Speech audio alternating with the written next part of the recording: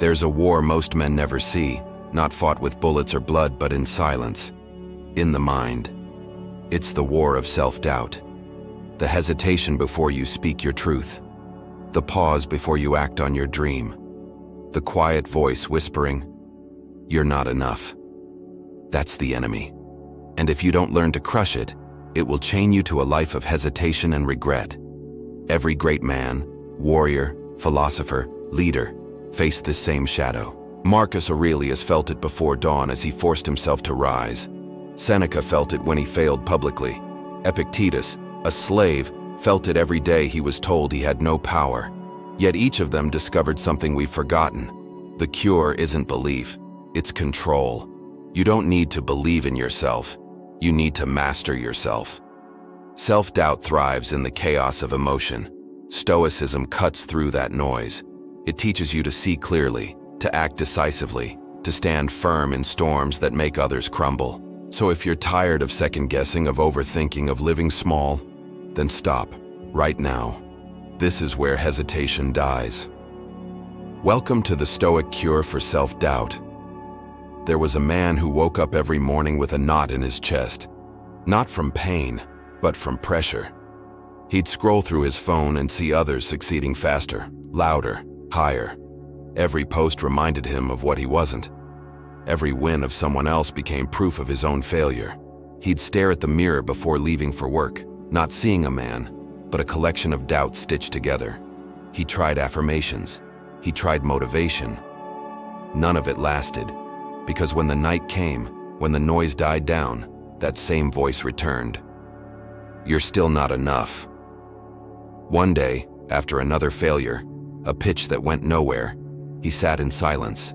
No music, no distractions, just the hum of his own thoughts. And something shifted. He realized that every doubt he carried came from one source: comparison, the opinions of others, the imagined judgment of a crowd that wasn't even watching. He remembered a line from Marcus Aurelius: "It is not death that a man should fear, but never beginning to live." And he understood. He'd been living under the fear of looking foolish instead of the courage of becoming free. That night he wrote down 3 words on a scrap of paper: act, don't ask. It wasn't a breakthrough, it was a rebirth. Every action after that wasn't to silence the doubt, it was to outgrow it. To move anyway, to live. Self-doubt is not an enemy to be killed. It's a voice to be mastered. The Stoics understood this long before self-help became a billion-dollar industry. Marcus Aurelius, emperor of Rome, sat in the stillness of his tent before battle and wrote words not for the world, but for himself. You have power over your mind, not outside events. Realize this, and you will find strength. That sentence is a declaration of war, not against failure, but against the illusions that feed doubt. Because here's the truth: self-doubt is born the moment you place your worth in outcomes. When you define yourself by applause, validation, or success, you hand your identity over to fortune, and fortune is a ruthless master. Stoicism teaches the reversal. It says, you are not your results, you are your effort. You cannot lose what you never tied your soul to. Seneca wrote, "We suffer more often in imagination than in reality. The man who doubts himself suffers twice, once in fear and once in silence." The Stoic refuses this double wound. He feels the fear, studies it, then acts through it, because courage is not the absence of doubt, it is motion in spite of it. Epictetus, born a slave, shattered the modern myth that confidence comes from control. His teaching was brutal in its simplicity. If you want to improve, be content to be thought foolish and stupid. In other words, stop performing. Stop trying to convince anyone, even yourself, that you are perfect. The Stoic doesn't pretend. He prepares. He sees failure as training, not as proof of inadequacy. Self-doubt loses power the moment you stop fearing imperfection. Because doubt feeds on image, it thrives when you re-obsessed with how you look instead of who you are. Marcus wrote, "Waste no more time arguing what a good man should be one. This is the cure. action over analysis. You cure doubt not by overthinking your worth, but by acting as though you already possess it. Every disciplined act, rising early, speaking truth, enduring discomfort, becomes another stone in your fortress. The Stoic way is not about arrogance, it's about self-command. The man who masters his mind cannot be broken by whispers, judgment, or failure. He no longer seeks validation, he radiates it.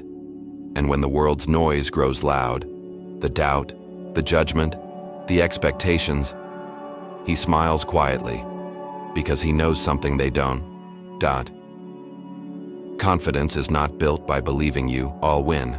It's built by proving, every day, that even if you lose, you won't break. Let's strip away philosophy and step into the arena. You want to destroy self-doubt? Then stop feeding it. Here are 5 unapologetic, Stoic tactics, not for comfort, but for transformation. 1. Stop waiting for confidence. Act without permission. The modern mind thinks confidence is a prerequisite for action. The Stoic knows it's the result of it. Stop waiting to feel ready. You won't. Epictetus said, "How long are you going to wait before you demand the best for yourself?" Take that as an order. Confidence is muscle, not mood. You earn it through repetition, through showing up when the voice in your head says you can't. The man who acts despite fear becomes the man who no longer fears. 2. Kill comparison. Measure only against yesterday's self. Every time you measure yourself against others, you hand them the power to define your worth. Marcus Aurelius wrote, "It never ceases to amaze me. We all love ourselves more than other people, but care more about their opinions than our own." Stop playing that game. Comparison is poison disguised as ambition.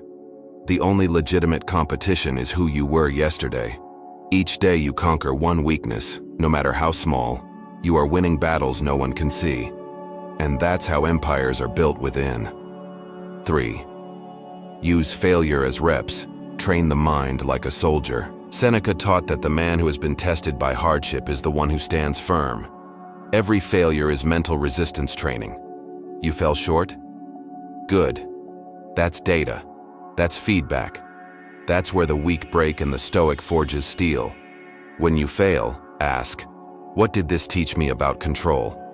Detach emotion. Extract the lesson. Move forward colder, sharper, calmer. The enemy is not the fall. It's the hesitation to rise. 4. Build a code. Live by rules, not feelings. Feelings are unreliable allies. They change with weather, sleep, and approval. The Stoic replaces mood with code. Write it. Live it. Example: I will not complain. I will not waste time defending my ego. I will act with discipline, not emotion. I will seek mastery, not applause. Your code becomes your armor. When doubt strikes, you don't negotiate with it. You consult your code and move. This is how a man becomes unshakable. He operates from principle, not impulse. 5. Silence the mind. Master the inner dialogue. Self-doubt thrives in noise. The Stoics' counterattack is silence, meditation, journaling, or sitting alone in a room without a phone. That S where you confront the true enemy, your own thoughts. Marcus wrote daily. Epictetus taught reflection before sleep. Seneca practiced mental rehearsal. Do the same. Review your day, not to judge but to learn. Each quiet session is mental sharpening, where emotion is filtered, reason strengthened, and doubt exposed for the coward it is. Stop trying to feel confident. Start acting with integrity, discipline, and clarity. Because when your actions are aligned with your values, you won't need to convince yourself of your worth. You'll embody it. So here we are, the moment after the battle. You've seen what doubt really is. Not a monster, but a shadow. It thrives only when you bow to it. The Stoics knew, no one can enslave a mind that governs itself. Self-doubt is not something you overcome once and forget. It's a daily opponent, a ghost that tests your strength every morning. And that's good, because every time you face it, you train your will. Every time you silence it, you sharpen your spirit. Marcus Aurelius wrote, "Waste no more time arguing about what a good man should be. Be one. That's your call to arms. You don't wait for motivation. You don't wait for approval. You move. You act. You become the man who commands his thoughts, not the one who drowns in them. Every step, every moment of resistance, it's a rep for your soul. You're not chasing confidence anymore. You're building unshakable conviction. And when the world tries to tell you you're not enough, you look back at your scars and you say, I've already fought worse things inside me. That's the Stoic Cure. Not magic, not comfort, but mastery. So here's your next move. Don't just watch this. Join the legion of thinkers and warriors rebuilding their inner citadel. Subscribe to Timeless Stoic Mind, not for entertainment, but for transformation. Every video, every word, every challenge, it's training for the mind that refuses to break. Because the world doesn't need more victims, it needs more disciplined souls. So stand tall, silence the noise, and remember, you were born for the storm.